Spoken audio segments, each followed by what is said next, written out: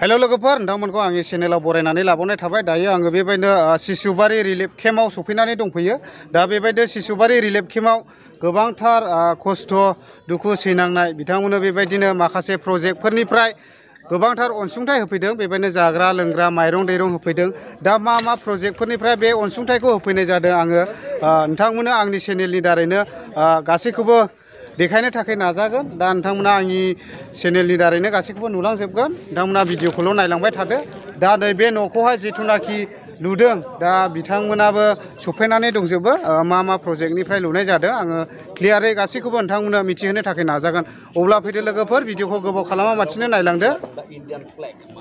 YouTube channel SK होनदों नामा औ एसके बड' ब्लग सार एसके बड' ब्लग आरो लोगोसे माखासे इउटुब चेनेल बिथांमोन दङ बिथांमोनखौ आङो हामबाय होनदों जोंनि बर' इभान्जेलिकेल चार्चनिफ्राय दा जोङो जाहैबाय BLC बड' इभान्जेलिकेल लुथेरान चार्च जोंनि अफिसा जाहैबाय उदालगुरि ओमफ्राय उदालगुरिनिफ्राय जोंना बिशप सासे दङ बिशपआ मोनथाम डिस्ट्रिक्टखौ कन्ट्रल खालामो दा बे शिशुबारिनि जे दुर्दशा दै खुरखानाय सिलिंखार जानायखौ जोङो थांनाय बोसोरनिफ्रायनो खोनाबाय थादों आरो नुबाय थादों आरो जों नुनायनि उनावहाय जोङो फिल्डआव फैनानै सार्भे खालामदों ओमफ्राय जोङो माबा मोनसे बे शिशुबारि जोंनि बिदा फंबायफोरनि थाखाय होनो हायो नामा होननानै जों रायज्लायनानै जोंनि बिशपनि थ्रुयैहाय जोङो माखासे जोंनि चार्च पार्टनारफोर दङ बे चार्च पार्टनारफोरजों लोगो रायज्लायनानै जोङो बे प्रजेक्टखौहाय सिमेन्टनि बेलायावहाय जोङो बे न'खौहाय जोङो 6 लाख थाखानि मोनसे अपेन कमिउनिटि हल बेखौ लुना होनाय जादों आरो देग्लायो बे दिनै लाबोनाय रिलिफ जे माखासे मेटेरियल्स दङ माइरं 10 केजि करि ओमफ्राय दालि सेरसे थाव गोथां आधा केजि साबोन स्राब आरो उन्दैफोरनि थाखाय जाग्रा बेसाद बेखौ जोङो लाबोनानै होफैनाय जाबाय बिसेसकै जोङो BLC बड' इभान्जेलिकेल लुथेरान चार्चनिफ्राय जोङो बेखौ होनाय जादों नोंथांमोननो शिशुबारि रिलिफ केम्पखौ आङो स्राय देखायनो थाखाय नाजाबावदों नै बेफोरनो आरो शिशुबारि रिलिफ केम्पआ नोंथांमोना स्राय नायनानै खेबसे लाबावदो बेफोरबायदि आरो दासिमावबो थासारिया बेफोरबायदियाव दङ दा नायदो नै बेफोरबायदि प्लास्टिकनि न' सिङाव थानो गोनां जानानै दङ आरो ओरैबायदि दुखु खस्थ' गोरलै उन्दैसा गथ'फोरखौ लानानैबो बेफोरबायदि खस्थ' भुगिनांनानै दङ आरो बेजों लोगोसे नैबे न'आनो जादों जाहैबाय दा जिथुनाखि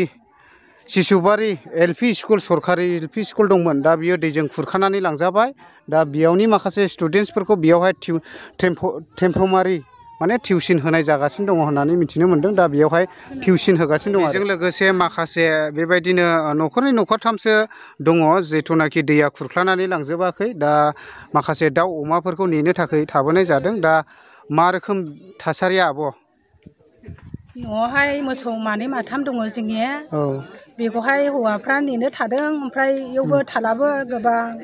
मैदेरफोरजों नासयजायो खारस्लाबायनो हायाखै आरो जोङो खारनायावनो मैदेरखौ गिनां खारनायाव मैसोफोरजों सौग्राव जालायदों गोबां दुखु दा दैबानाजोंबो खस्थ' सैसोनांबाय हाग्रानि जिब जुनारजोंबो गोबां दुखु सैसोनाङो जोङो माहाय थानां गोजोनबावनो सारनावहाय एसे खावलायनाय थाबाय आरो एसे दा आब'आ ओरैबायदि बुंदों जाहैबाय दा बेबायदिनो माखासे न'फोराव थाबोनाय दाउ अमा दोननांगौनि थाखाय थाबोनो गोनां जादों बेजों लोगोसे बेफोरबायदिनो गोबांथार जिब जुनारजोंबो मुखामुखि जानो गोनां दा निस्सय खोनानो मोनबाय लोगोफोर बेफोरबायदि गोबांथार दैबानाजों सिलिंखार बिलिंखार जाजोबना गोनां जाबाय आरो बेजों लोगोसे गोबांथार मोजां न' हा हु बारि बागान गय बागान गासैखौबो खुरख्ल'नानै लांजोबनानै दा बिथांमोना निरुपाय जिर' अबस्थायाव दङ दा बेजों लोगोसे माखासे बेबायदिनो एसे एनै दाउ फारौ थाबोनाय एबा न' गंसे गंनै थाबोनाय बेखौहाय नेनो थाहैनाय समावबो बेफोरबायदिनो हाग्रानि जिब जुनारफोरजोंबो बेबायदिनो गोबांथार उफुद्रुग खालामजायो बेबायदिनो जोबोद खस्थ'यैसो बिथांमोना भुगिबोनानै थाबोनो गोनां जादों आरो बेजों लोगोसे गोबांथार जिब जुनारजोंबो मुखामुखि जानो गोनां दं दा बेनिखायनो आङो बुंनो सानदों जाहैबाय दा जिथुनाखि बिटिआर सरकार जे सालायबाय थानाय दा बिटिआर सरकारा बिसोरनि सायावहाय दासिमाव मा राहा लानाय जादों दा बिथांमोनासो मिथिसिगौ आसा खालामदों बिथांमोना निस्सय बिसोरनि बेबायदि दुखु खस्थ' भुगिनांनायखौ माबा मोनसे सलुसनाव लाबोगोन होननानै दासिमावबो बिथांमोना फोथायनाय दङ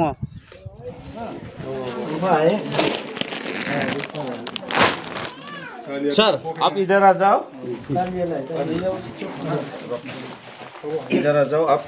भाई जोंनि भिडिअ नहीं देखो है ये पहले हम लोग प्रेजेंट करेगा फोटो ला दे ओमफ्राय आप अरे हमफाय बै जों हमबाय दे नों अरे केमेराया जे मोखां जाहो दे आप पूरा इधर जाओ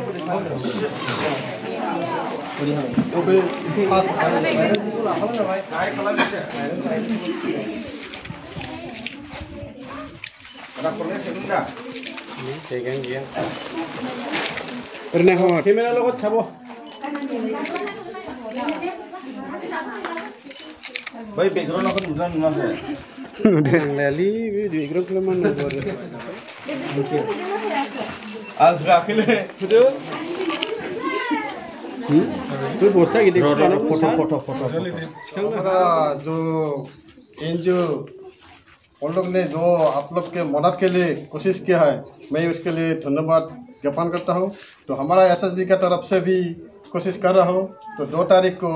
तो थोड़ा बहुत मेडिकल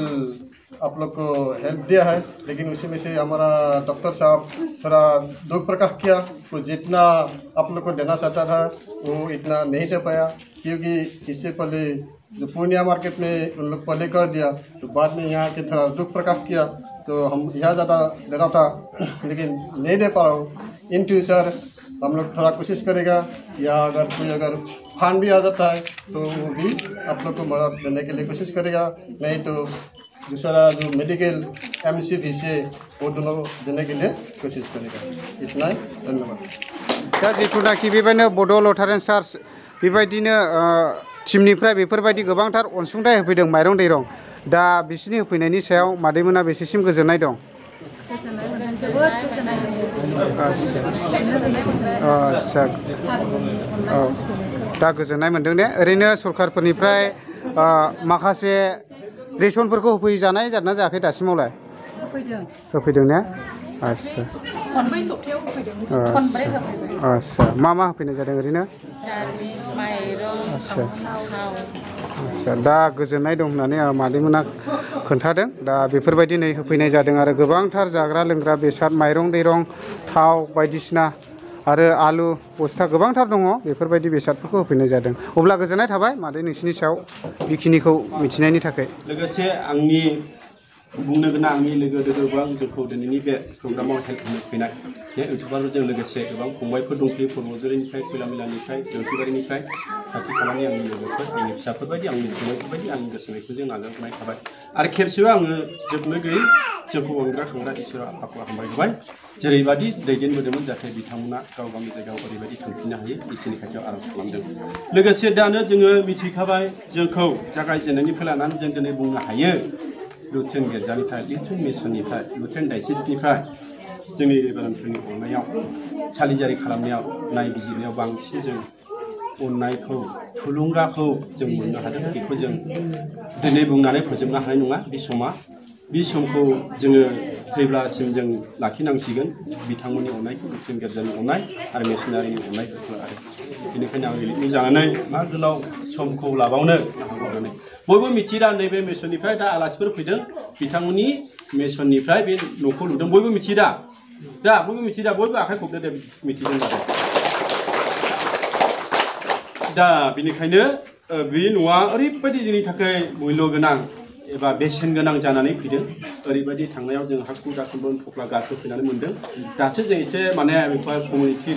रेस्ट हाउसफोर बायदि खालामनानै दंफैयो, माने जिरायग्रा जोंहा सुबिदा गैयि हिसाबै आलासि दुमसि फैयोब्ला बेखौनो जों जिरायहोफैयो। आरो दा जोंहा